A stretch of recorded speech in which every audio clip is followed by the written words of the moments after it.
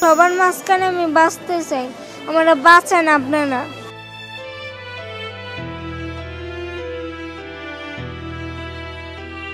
বাঁচার এই আকুতি ২১ বছরের রিমার।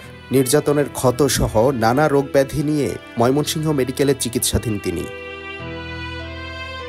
জন্মের ৬ মাসের মধ্যে মা হারা, বাবার দ্বিতীয় বিয়ের পর নেমে আসে অন্ধকার। রিমার অভিযোগ সৎ মায়ের নির্যাতন, সাথে বাবার অবহেলা, আবার অল্প বয়সেই সংসার আর বিচ্ছেদ। মানসিকভাবে বিপর্যস্ত তিনি। শরীরে বাসা বেঁধেছে নানা ব্যাধি। দীর্ঘদিন চিকিৎসা না পেয়ে জীবন বাঁচাতে নেত্রকোনার দুর্গাপুরের বারিকান্দি গ্রাম থেকে একাই ছুটে আসেন রিমা। ভর্তি হয়েছেন মেডিকেলে। আমার মা আমার ছোটবেলাতে মারা গেছে, ৬ মাসে রেখে মারা গেছে।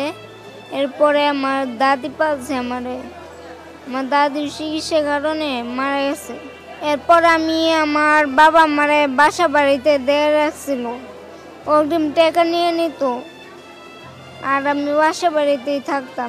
রিমার অভিযোগ, গৃহকর্মী হিসাবে তাকে বন্ধক রেখে অগ্রিম টাকা নেন বাবা শাকিল।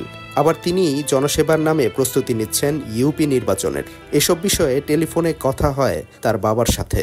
রাজনৈতিক প্রতিপক্ষ আছে, তারা গিয়ে তারা কিভাবে ম্যানেজ করছে, ভারসাম্য মেয়েটারে যেভাবে বুঝাইছে এভাবেই বুঝছে।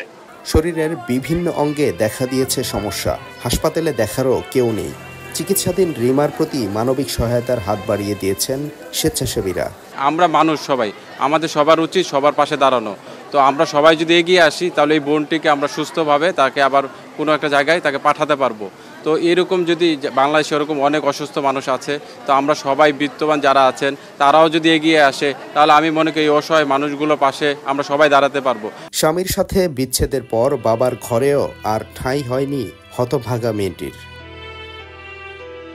Sadiqur Rahman, star news, Mymensingh.